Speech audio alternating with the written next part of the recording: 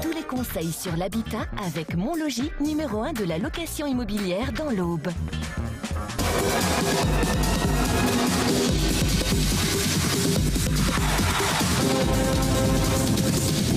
Bonsoir à tous, vous vous êtes forcément posé la question avec la fin de l'été, on va dire plutôt fraîche, que nous avons tous subi. Comment ça va, combien ça va me coûter encore de mettre en route le chauffage? Et si je passais enfin du fioul au gaz ou à la géothermie? Et pourquoi pas l'électrique également? Et puis tiens, pourquoi pas aussi redonner un coup de neuf au salon ou refaire la chambre du petit? Alors tendez l'oreille, ce soir, dans la spéciale Habitat, on va tenter de vous aider avec nos invités. Voici tout de suite ce qui vous attend.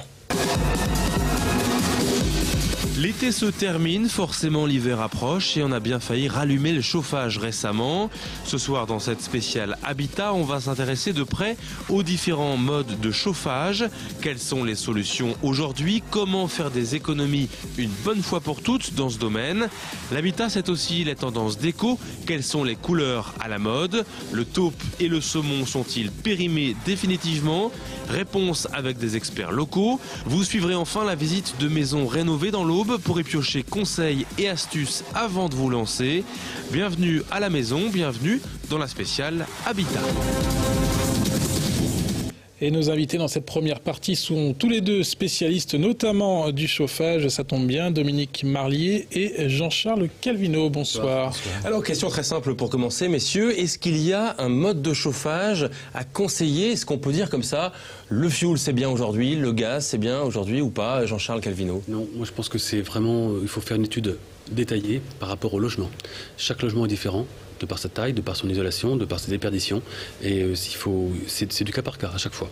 Une bonne installation ne sera pas forcément un bon choix pour un autre logement. Dominique Marlier, vous êtes d'accord avec cette théorie? Je suis tout à fait d'accord avec cette théorie, c'est-à-dire que de toute manière, chaque logement a sa spécificité. Il faut aller voir les clients et voir les logements et adapter le mode de chauffage par rapport à l'habitat, par rapport à la maison, à l'appartement, ce qu'on va voir. Vous êtes notamment spécialiste du chauffage électrique. Ça fait un petit peu peur quand on parle de chauffage électrique aujourd'hui, en 2013. On a l'impression qu'on va avoir une facture énorme à la fin du mois. Un gouffre financier, ouais. Non. Ça c'est une idée bien reçue, bien sûr. Avec tous les modes de chauffage électrique que l'on a aujourd'hui, on fait donc de la programmation. On a des radiateurs soit à fluide caloporteur, soit des radiateurs avec de l'inertie intérieure, c'est-à-dire de la pierre de lave ou alors de la fonte.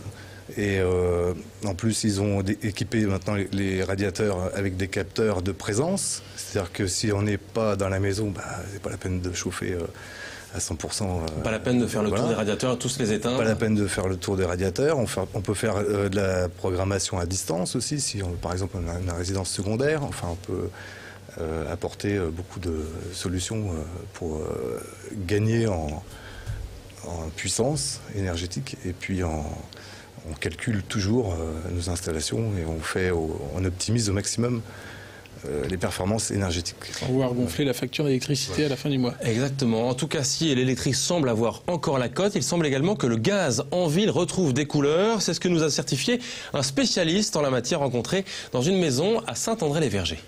C'est un système assez classique aujourd'hui qu'on tend à essayer de développer au maximum, c'est-à-dire un chauffage gaz avec un matériel très performant, chaudière à condensation, et une production d'eau chaude gaz, mais assistée par du solaire pour venir réduire les consommations. C'est un chauffage à eau chaude, donc très performant et très doux, radiateur basse température, donc tout en basse température, pas de point chaud, pas de point froid dans les pièces, répartition uniforme de la température. C'est une énergie qui tend à se redévelopper. On était très élevé dans les parts de placement. Ça a un peu baissé parce que l'électricité n'était pas très chère, parce que le matériel électrique n'était pas très cher à l'installation. Avec les nouvelles normes de réglementation thermique, le gaz redevient une énergie intéressante et d'un très bon rapport qualité-prix. Les conditions, c'est simple. Il suffit d'avoir le gaz devant chez soi. Après, toute maison est éligible à ce genre de système dès lors qu'après l'enveloppe est un peu conçue pour fonctionner avec. Voilà, il prêche un peu pour sa paroisse, c'est normal, hein, l'électricité, le gaz. Qu'est-ce que vous conseillez, vous, en ce moment, à vos clients? Le gaz, effectivement, est pas mal, à condition de choisir une chaudière à condensation, parce que là, on sait qu'on fera réellement des économies par rapport à ce qu'on avait avant. Parfois, une solution mixte est pas mal, c'est-à-dire mon voisin fait l'électricité, je vends assez régulièrement des pôles à granulés pour ceux qui ont du chauffage électrique parce que ça va bien ensemble. Je crois qu'il y a vraiment une chose qu'il ne faut pas oublier, vraiment le maître mot en ce qui concerne le chauffage, c'est de ne pas s'occuper du chauffage tant qu'on n'a pas isolé correctement sa maison. Et comme nous on fait aussi l'isolation, c'est la première chose que je conseille parce que ça ne sert à rien de mettre une superbe installation économe et efficace dans sa maison si la maison est mal isolée. Que ce soit les fenêtres, que ce soit l'isolation pure des murs, il faut vraiment commencer par isoler correctement la maison. Vous conseillez également d'arrêter tout ce qui est cheminée. Il paraît que ça fait fuir l'air et du coup c'est mauvais pour le chauffage. C'est ça, Dominique ? Je pense que la cheminée, elle est remplacée actuellement par des poêles. Beaucoup cassent leurs cheminées, leurs inserts, qui ont été mis il y a 15 ans à peu près. C'est une déperdition de chaleur très importante. Et je pense qu'il faut voir le bois comme complément, surtout dans le chauffage électrique. Et... Il y a aussi un couple panneau solaire, chauffage électrique. Ça se fait beaucoup, comme vous le disiez, de coupler deux sortes de chauffage. Panneau solaire et radiateur électrique, c'est possible ? Disons que c'est plutôt chauffage thermodynamique qui va être employé. C'est-à-dire qu'on utilise une pompe à chaleur ou alors des pompes à chaleur réversibles, RR ou RO. Ou directement chauffe-eau thermodynamique qui ne s'occupe que de l'eau chaude. Voilà, là, il faut être en maison. Voilà. C'est-à-dire que dans l'idéal, oui. Celui qui a un chauffe-eau électrique aujourd'hui, il peut se poser la question, à savoir que s'il pose un chauffe-eau thermodynamique, il fait une économie de 70% sur la facture globale annuelle par rapport à un chauffe-eau électrique. Mais il le paye plus cher, certainement. Il le paye plus cher, mais l'amortissement est beaucoup plus intéressant. Justement, une idée de prix pour la maison de Saint-André-les-Vergers qu'on a vu chauffée au gaz et au panneau solaire, la facture flirterait avec les 450 € à l'année, tant pour le chauffage que pour l'électricité et l'eau chaude. Pour 110 mètres carrés, c'est ce que nous a dit le locataire, ça vous paraît... Oui, je pense que c'est... Dans le meilleur des mondes, oui, mais je pense que c'est compliqué de les atteindre. Après, on peut vraiment baisser fortement, très sensiblement la facture, en mixant, effectivement, moi, c'est ce que j'ai mis chez moi, je l'ai mis aussi chez beaucoup de mes clients, un thermodynamique, un chauffe-eau thermodynamique uniquement pour l'eau chaude, et une solution de chauffage réservée au chauffage, qui ne chauffe pas l'eau chaude sanitaire. Et puis, comme disait monsieur, on peut mixer. La cheminée, c'est très bien, mais il vaut mieux avoir un insert fermé, parce qu'effectivement, il y a moins de déperdition. Après, on se fait plaisir. Sur les maisons anciennes, on a plutôt des cheminées qu'on appelle chez nous à gueule ouverte. C'est quand même agréable. Après, on sait qu'on a de la déperdition. Donc, il faut installer une trappe et penser à la fermer quand on ne fait pas de flambée. Par contre, 400 € pour 110 mètres carrés, peut-être, mais sur une maison BBC, peut-être. Oui. Dans une maison basse consommation, on en reparlera donc là, d'accord. On va voir dans quelques instants si écologie ou porte-monnaie, lequel des deux l'emporte. Rendez-vous tout de suite.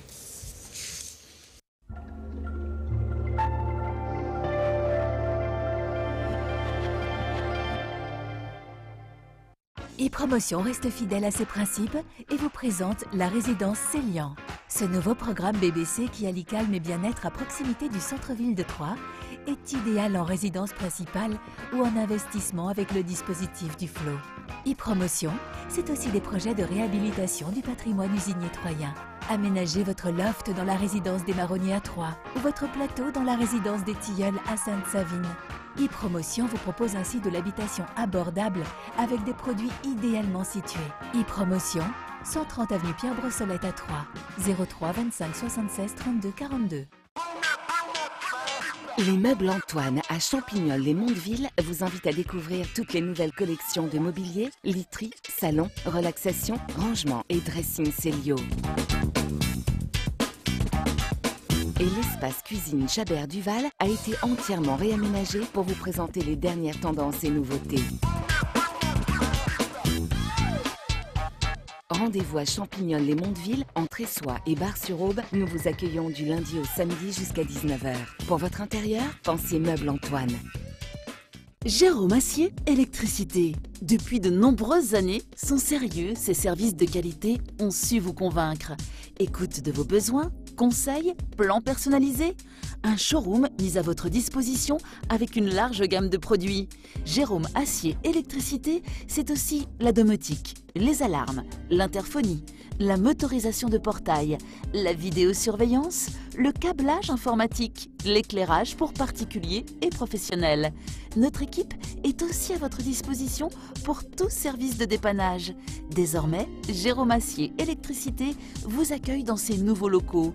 9B, rue Régis et Guylaine Caspar, Zédy, La Chapelle-Saint-Luc. 03 25 72 93 93.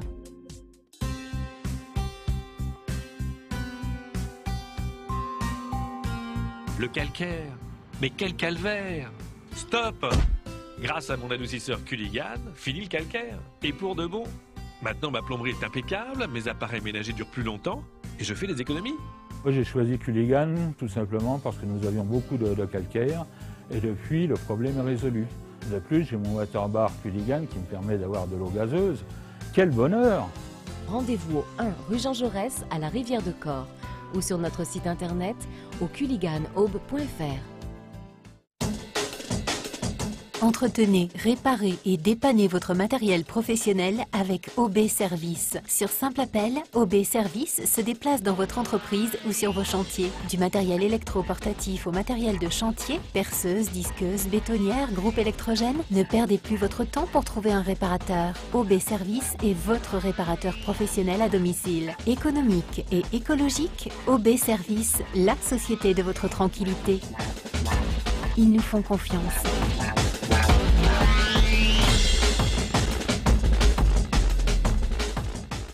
Depuis presque 20 ans, les Serres de l'Ardille vous accueillent sur 4500 m² dédiés à votre plaisir et vous proposent des produits toujours plus innovants. Des variétés de fleurs et de plantes exceptionnelles. Des produits de qualité travaillés sous vos yeux. La décoration de votre jardin et de votre intérieur est aussi une de nos priorités. C'est également pour vous le moment de planter vos rosiers, pensées, bulbes et arbustes d'ornement. Les Serres de l'Ardille à Nogent-sur-Aube, 03 25 37 68 07, ouvert 7 jours sur 7.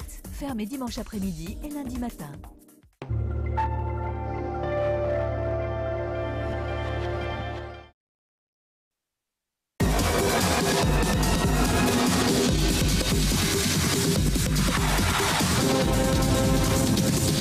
Retour sur le plateau de cette spéciale Habitat sur Canal 32. Il semble bien, on l'a compris, que le chauffage dépend vraiment du lieu où on habite. On ne va pas mettre de la géothermie en appartement.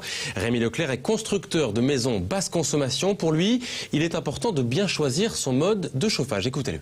Ça dépend vraiment aussi du type de maison. Il faut vraiment adapter le chauffage à la maison. Et donc voilà, après toutes ces solutions-là, que ce soit gaz, que ce soit pompe à chaleur ou également les poêles à bois, poêles à granules, sont des solutions économiques qui viennent s'ajouter au fait qu'on isole très très bien aujourd'hui nos maisons. Donc ils sont beaucoup plus isolés avec la RT 2012. C'est le mode de chauffage, oui bien sûr il faut l'adapter, mais aussi la conception de la maison. Ici derrière, donc on a placé des baies vitrées, de larges baies vitrées sur les façades est et sud-ouest, ce qui permet d'avoir dans la pièce de vie du soleil toute la journée. Donc en fait on vient utiliser à la fois la lumière et la chaleur du soleil, un maximum dans la journée, donc même l'hiver, et puis on complète avec le chauffage. Jean-Charles Calvino, comment vous conseillez vos clients aujourd'hui pour se chauffer? Est-ce que la dimension écologique pèse dans le choix de ces clients ou alors c'est le porte-monnaie qui compte aujourd'hui? Pour moi, c'est important. Alors, comme c'est important pour moi, forcément, je le véhicule et je le vends à mes clients. Après, le client en face, certains sont peut-être moins sensibles à l'écologie que d'autres. La plupart ont quand même bien conscience. Puis, on a souvent affaire à des gens qui ont des enfants. Donc, ils pensent à leurs enfants, ils pensent à leur avenir. Donc, ils pensent malgré tout à la planète et à l'écologie, c'est important. Mais je dirais qu'aujourd'hui, la plupart des solutions sont écologiques. Et de moins en moins sont... en tout cas, il y en a de moins en moins qui sont polluantes. Et de moins en moins polluantes en même temps. C'est vraiment du cas par cas, on a l'impression. Est-ce que le confort d'utilisation compte aussi beaucoup dans le choix? Oui, beaucoup. Souvent le choix se fait, par exemple pour les chauffages électriques, c'est souvent la femme du foyer qui va choisir.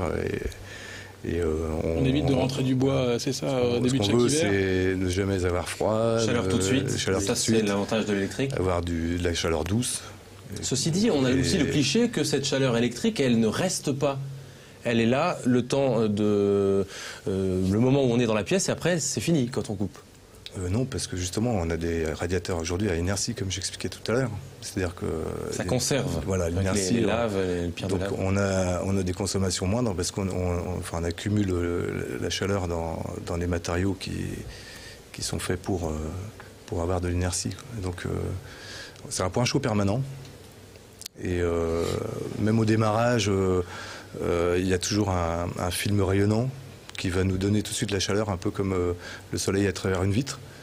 Et ensuite, on a cette chaleur qui vient... Chaleur de fond. Voilà, qui vient prendre de l'inertie. On garde cette chaleur à travers des matériaux comme de la fonte ou de la pierre de lave ou du verre. Des matériaux qui sont faits pour après restituer toujours en permanence la chaleur et avoir un confort. Les clichés à la poubelle. Voilà. En ce qui concerne les nouvelles normes RT 2012, maison basse consommation, qu'est-ce que ça change en termes de chauffage, ça? On change de système? Non, je dirais plutôt que c'est une évolution. On passe sur des maisons qui gardent beaucoup mieux la chaleur et qui sont beaucoup moins énergivores, donc on peut chauffer un peu moins pour une même chaleur, un peu moins en calories dépensées. C'est l'isolation qui fait la différence, en fait. Franchement, oui. Alors après, ça permet aussi d'avoir des machines ou un système de chauffage qui est moins puissant, puisqu'il faut moins de puissance pour avoir la même température. Et dans ce cas-là, un système de chauffage moins puissant, un exemple? On reste malgré tout sur... moi j'ai des clients qui ont des maisons basse consommation, qui restent sur la condensation à gaz, quand ils ont l'accès dans leur rue, au gaz naturel. Souvent jouxté avec un thermodynamique, un chauffe-eau thermodynamique pour l'eau chaude. Comme ça, la chaudière est arrêtée tout l'été. Elle s'use moins vite et elle est moins sollicitée. Et puis, on rajoute souvent un poêle à granulés parce que c'est agréable d'avoir un peu de flamme, un peu de feu. Et puis que le poêle à granulés, contrairement au bois, on peut l'arrêter ou le démarrer par une simple pression ou même avec l'iPhone, avec les smartphones, on peut à distance, une heure avant de rentrer, une heure avant de rentrer, on peut le mettre en route. Donc vous ne parlez pas de radiateur électrique, hein, j'ai noté dans vos réponses. Non, mais il y en a aussi. Il y en a aussi. On parle de coûts, bien sûr, c'est ce qui intéresse pas mal en ce moment. Vous nous disiez quand même juste avant l'émission, il faut être franc, que ces normes RT 2012 sont intéressantes pour la planète, mais vraiment pas pour le porte-monnaie. Ça, vous le sentez tous les deux, Dominique, c'est clair. C'est-à-dire que aujourd'hui, ce qui est très intéressant, enfin nous, je parle un petit peu à ma paroisse, c'est-à-dire que EDF aide les clients. Donc il faut aller chercher les aides, les trouver. Aide les clients par le biais de prêts à taux bonifiés. C'est-à-dire qu'aujourd'hui, on peut faire, si on fait un multi-lot, c'est-à-dire si on fait de l'isolation, on change un chauffe-eau, on met un chauffe-eau thermodynamique, on va changer la régulation du chauffage électrique ou on change tout le chauffage électrique. Aujourd'hui, il y a une opération qui démarre depuis aujourd'hui à 1%. C'est-à-dire que c'est un prêt à 1%.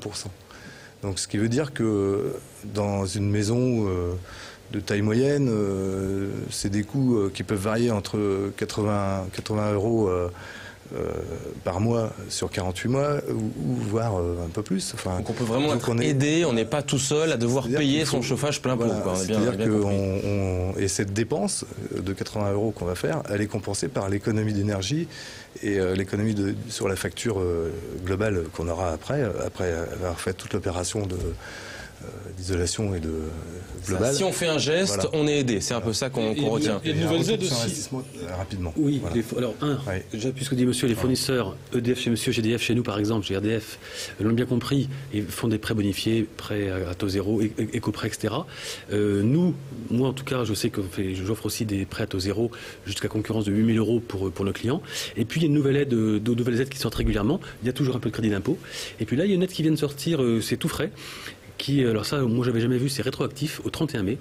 Elle est de 1 350 euros.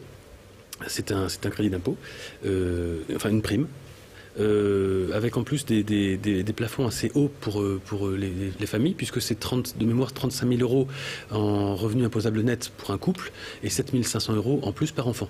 Donc on rentre dans beaucoup de cas de ménage en France. Ça veut dire qu'on peut avoir cette prime pour la dépenser dans un bouquet de travaux, impérativement, isolation, chauffage. Et pour penser durable, donc on peut forcément acheter ce qui va et pas seulement faire regarder son porte-monnaie uniquement quand on pense chauffage. Merci beaucoup à tous les deux. Avant de se quitter, avant de passer à la déco, un petit cadeau pour vous, pas pour vous Damien, c'est le guide Economus 2014, il vient de sortir et justement, il vous offre quantité de réductions dans le département de l'Aube pour rénover votre maison, votre cheminée, que sais-je encore, plein d'astuces, plein de bons prix.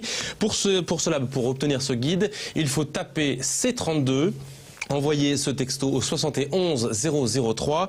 C'est le prix d'un SMS, c'est 65 centimes. Et un tirage au sort aura lieu, bien sûr, pour récompenser le gagnant de ce guide Economus. Merci beaucoup encore et à tout de suite pour la partie décoration.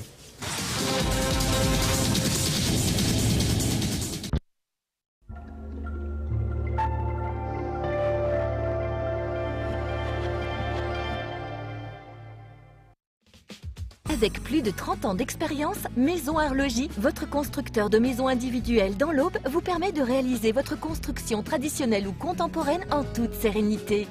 Nous élaborons avec vous une proposition sur mesure et clé en main, un choix de terrain, un plan de maison personnalisé et un financement adapté. Membre du syndicat professionnel des constructeurs de maisons individuelles, nous vous apportons toutes les garanties financières et techniques indispensables pour vous livrer une maison de qualité. Nous allons faire de la construction de votre maison une expérience formidable. Avec Maison Arlogie et GRDF, construisez votre maison économique, confortable et écologique. Maison Arlogie à Saint-Germain près de Troyes. www.aube.arlogie.com.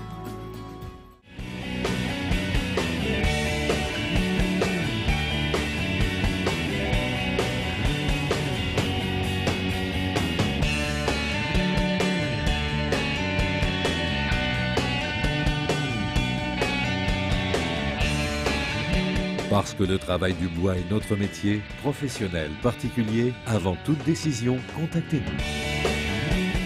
La scierie de Buchères, 4 route de Verrières, à Buchères-Gare.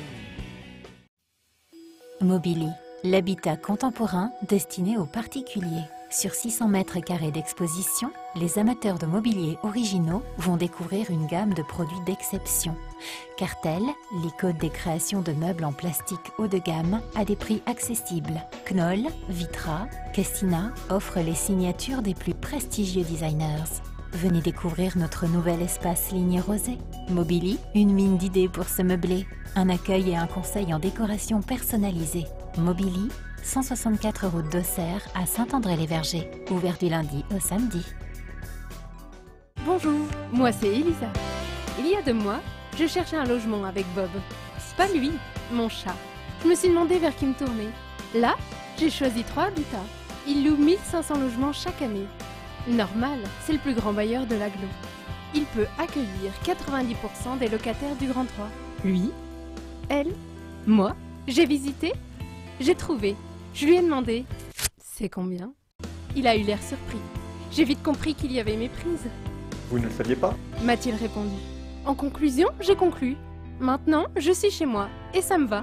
Bref, merci 3 Habitat.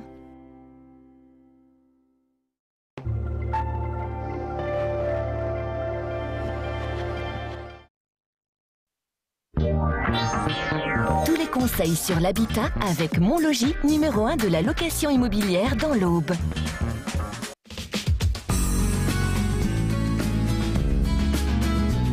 La spéciale habitat avec Maison Arlogie et GRDF.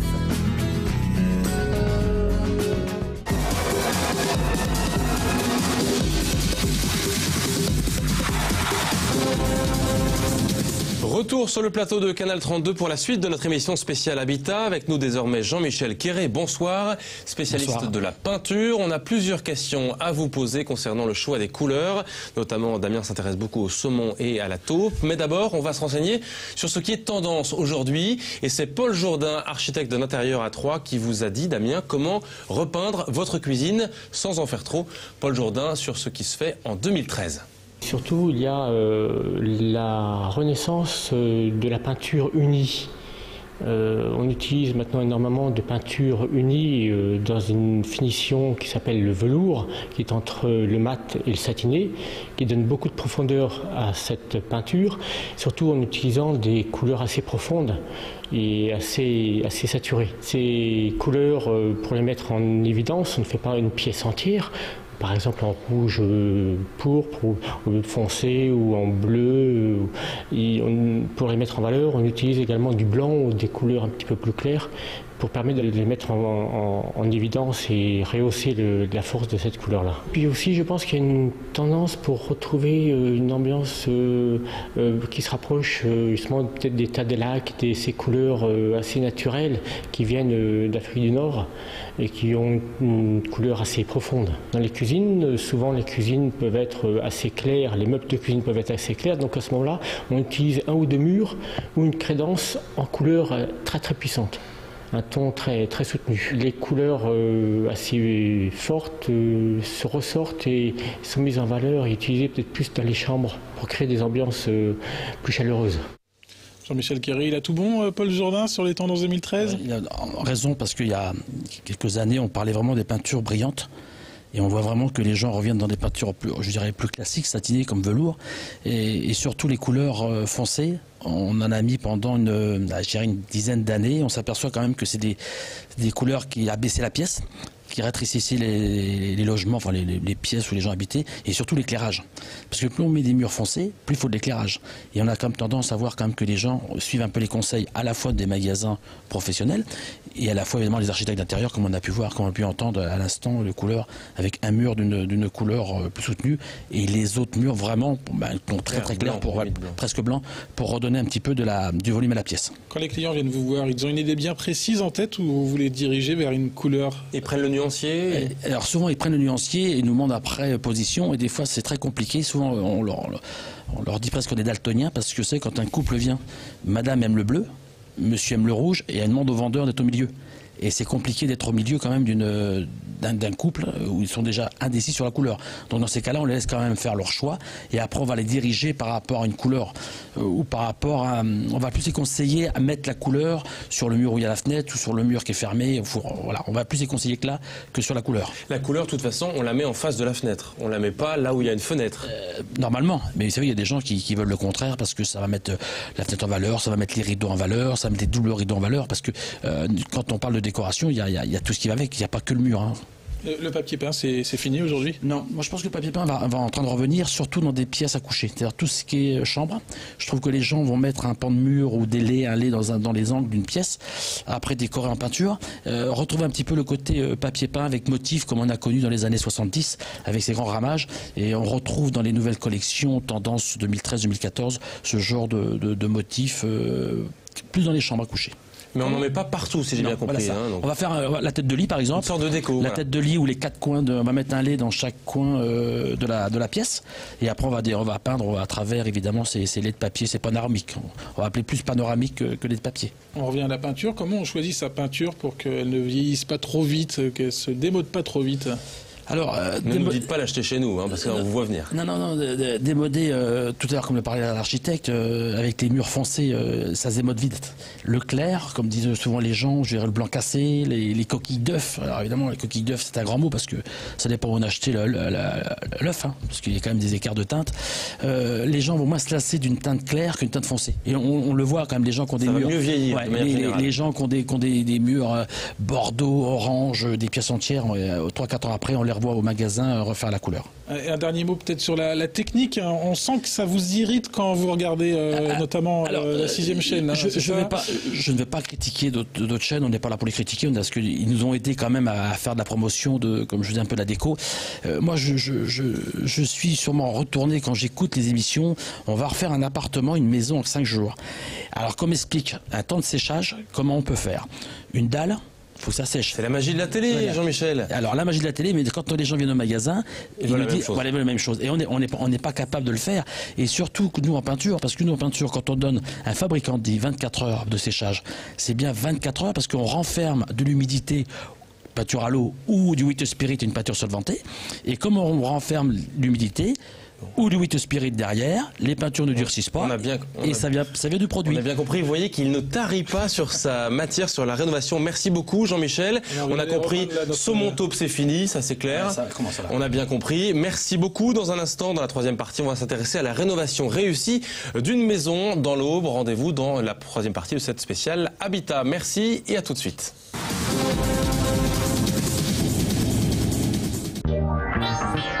Monlogis investit et rénove pour vous au cœur de Troyes des bâtiments de caractère typiquement champenois.